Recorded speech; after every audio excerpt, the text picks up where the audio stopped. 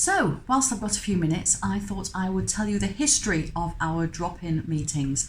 My name's Sheridan, I run the Training Designers Club, and you will notice that I regularly talk about how fantastic our designer drop-ins are.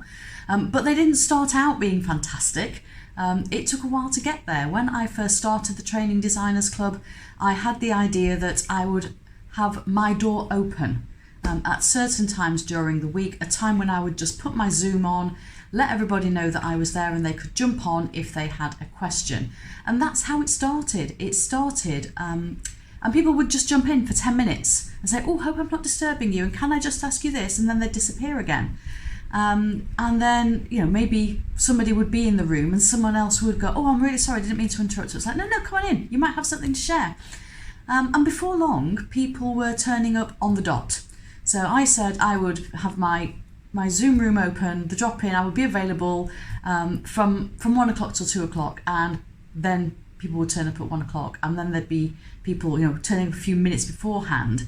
And pretty soon it got to the point where we were having 3 or 4 people turning up and staying for the full hour, which is fantastic, because when you get a group of people in together, they all have such different experiences and such different ideas and such different backgrounds and knowledge that they can share. And I was very conscious from the offset that it wasn't always about me solving problems. I was just there, I was just facilitating it.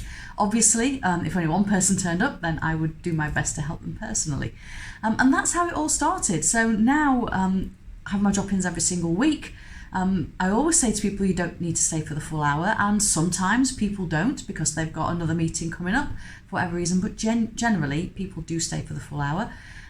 Often they don't have a question, but the number of people that say, look, if I'm free, I want to come because I pick up so many brilliant ideas just by being in the room. It's a bit like Hamilton, isn't it? You've got to be in the room where it happens.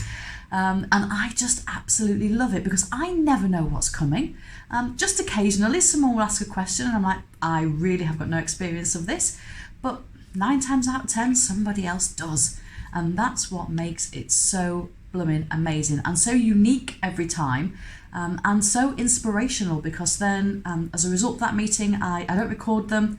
I always just mind map them, and then we will follow up with any links and signposts and resources after the meeting for those who were there, and VIP members get to see those notes and get access to those links as well. And it's just a very simple, practical, immediate way that I can help those lone, overstretched L&D practitioners get stuff done without it feeling too onerous for them. And that's why I absolutely love it.